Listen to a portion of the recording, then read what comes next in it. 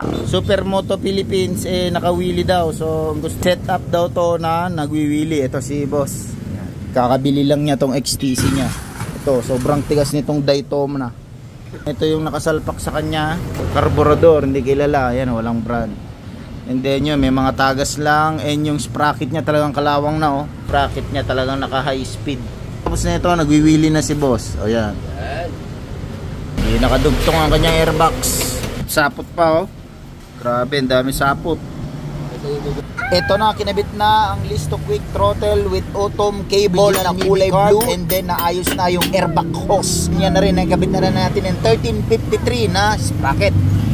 Lumayo pa from Marikina. Pag ginawa na yung motor, kaya mo na magwili. Sigurado yan sir, kaya mo na magwili kasi nakabit na natin yung mga yan. Guaranteed. Wala kang babayaran pag di ka nakapagwili.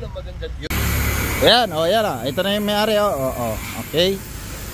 So yan, libre na pag hindi nag-wheelie yan, libre na. So yan guys, kita nyo. Ayan na. Alo, sobra na lakas ang XTC ni sir. Ay grabe, sobra na lakas. Ito, hindi yun AI ha, baka sabihin nyo AI yun. Ayan na, ay, sobra lakas na.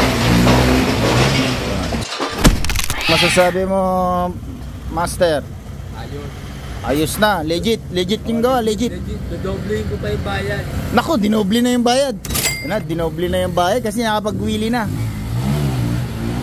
Yun na, nakapag-wheelie na,